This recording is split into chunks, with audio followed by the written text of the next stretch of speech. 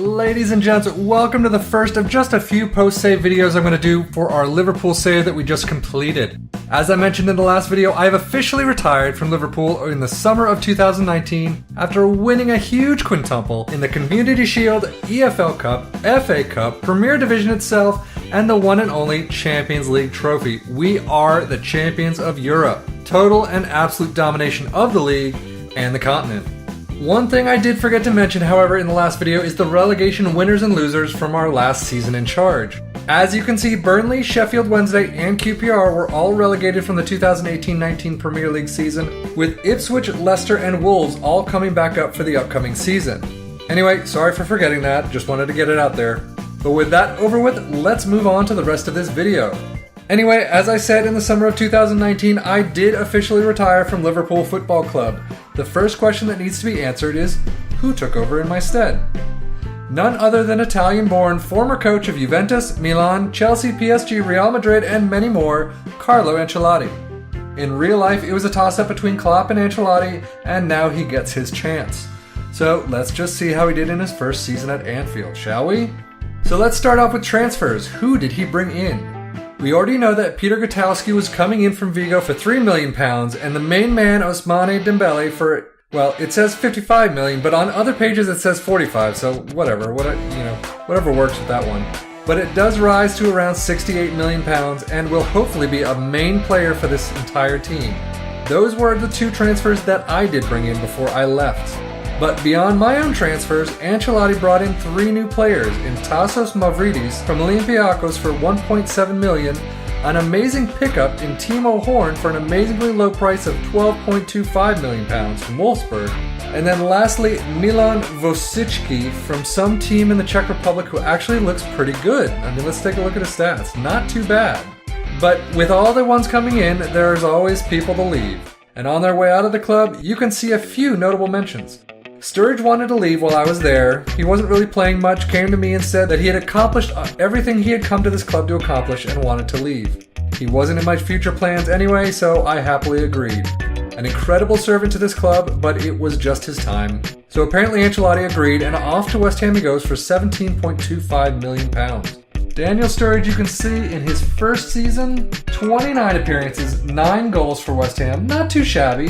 Definitely wouldn't have made it into our team with those kind of stats. So beyond Sturridge, you can see that Lazar Markovic finally left on a free and signed with Malaga shortly after. So Markovic went off to Malaga, as I said, and had 27 appearances, 0 goals. So did not have a very effective career start to his time in Malaga. But hopefully, he's a good lad. Hopefully he can pick that up. Other notes, John Langston, Ben Woodburn, Christopher Ayer, and Reece Oxford are the notable loans out for FC20, Celtic, St. Etienne, and Newcastle respectively.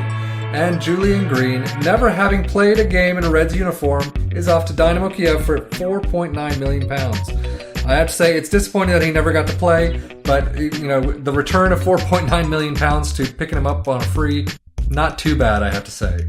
Bellotti, another one I would have moved on this season, has found a £12.75 million agreement with Southampton and has officially left the club. And in a surprising turn, Joe Gomez is out for just a tiny amount of $750K. That definitely is an interesting choice. I guess, we did have a load of center backs at the club and they just needed to make room. And lastly in this list, Loris Karius has moved to Valencia on loan. With Timo Horn coming in as the new first choice goalkeeper, I'm assuming Karius probably just wasn't all that thrilled to be second or even third choice and has moved on.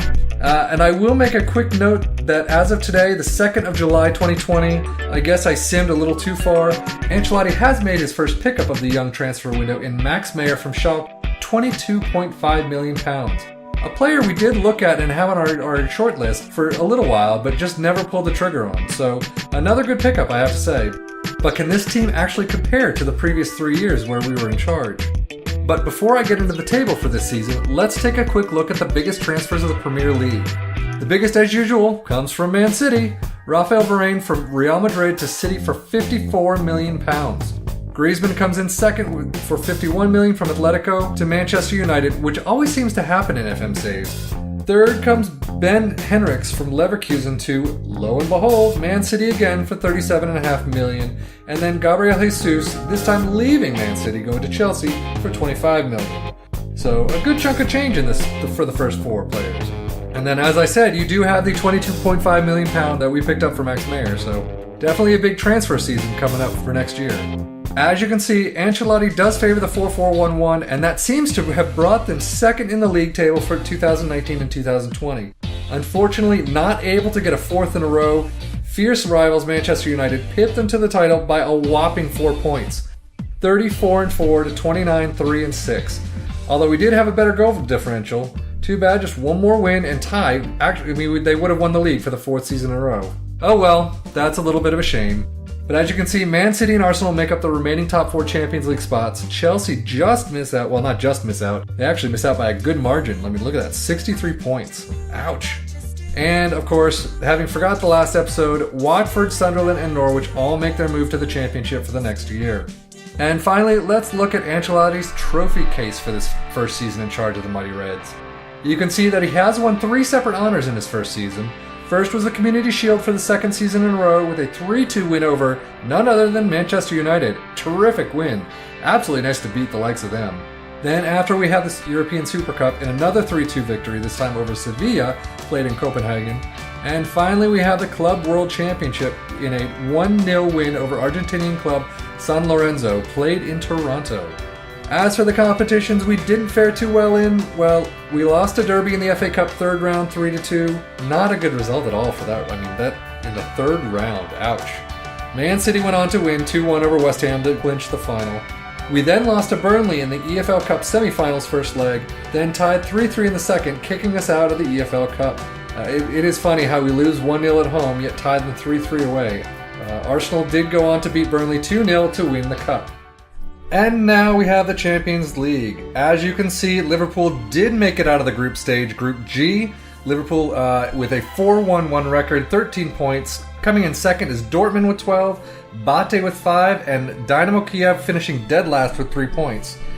As we move into the first knockout phase, you can see that Liverpool did on aggregate beat Porto 6-1.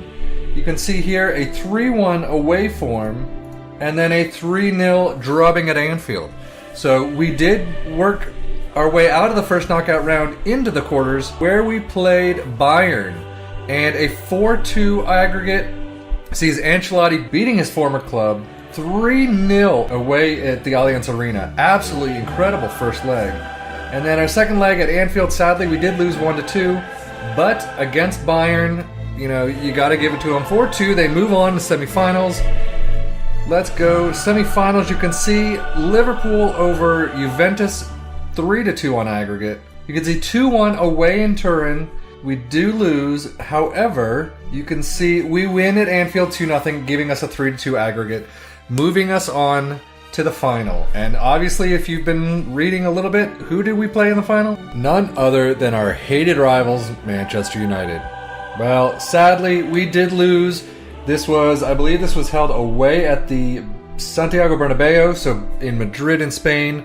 We do lose 1-0 in the final. Sadly, we cannot repeat our Champions League winning ways, but we've kicked the crap out of them a couple times, and we've won a couple Champions Leagues over them, so I will take it. Not that I have anything I can do about it now, but you can see Juan Mata did score in the 31st minute, Depay with the assist.